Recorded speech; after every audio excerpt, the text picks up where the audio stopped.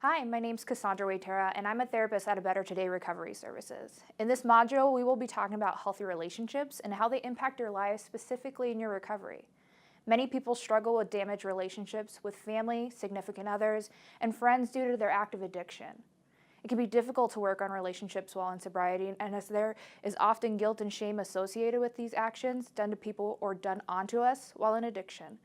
Even though it may be difficult, it is vital to address them and grow from the experience.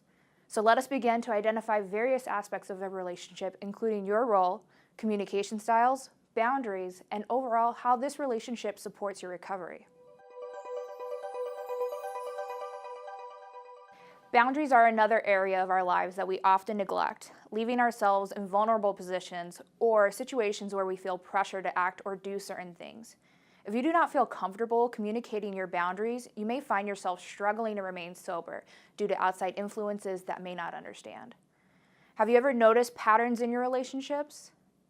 Maybe you find yourself thinking, well, I just attract these types of people in my life. Perhaps maybe you find yourself interacting with people who also abuse drugs, or maybe you keep finding emotionally unavailable people that force you to put more into the relationship than they do.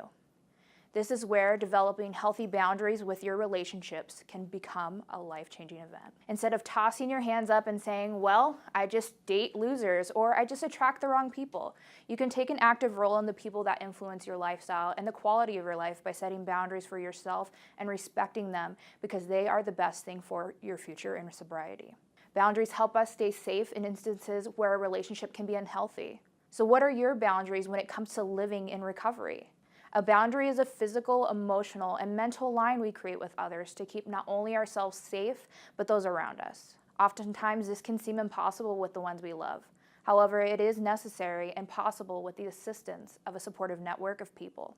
Ways you can establish healthy boundaries involve effective communication, like I statements, and being direct in your requests for change from another person. Remember, boundaries can start off small, such as, I will remind you of my request, or depending on the relationship and the lack of successful boundaries in the past, could look like, I will no longer talk to you, or I will no longer hang out with you. Remember that it is better to start your boundary request small, allowing those around you to follow your request.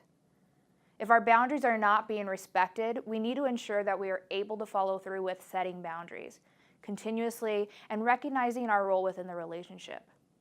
Remember that in order for you to have healthy relationships, you need to continue to foster positive self-esteem, trust, respect for yourself and for others, honesty, and openness. So what do boundaries do for us and how do they keep us safe? When you establish a healthy boundary with a friend, it can look like this. I feel uncomfortable around you when you drink heavily. If you want to continue being friends, I ask you not to drink around me. When you want to hang out and you show up at my house high, I feel disappointed, like you are putting our friendship and my sobriety at risk. And if you continue to do this, we can't be friends. For family relationships, it may look something like this. I feel triggered to abuse alcohol when I am at a family get-together and you line up shots and slam them in front of me. If you want to attend these family events, I need you to avoid putting me in those situations. When I statements are used properly, there is no blame, shame, or room for misinterpretation. You express how you feel, you suggest a request, and you clearly state a consequence associated with breaking your request. One of the hardest aspects of setting healthy boundaries is following through with the consequences. If your friends keep pressuring you to lighten up and just try a little, even after you have established that boundary, following through with ending it may be difficult. Remember, you know what is best for you, and heading down that same road of addiction will not give you the quality of life you are looking to achieve. Thank you for watching. Feel free to like, share, comment, or subscribe below. If you or someone you love is struggling with substance abuse, reach out today. Stay tuned for more videos.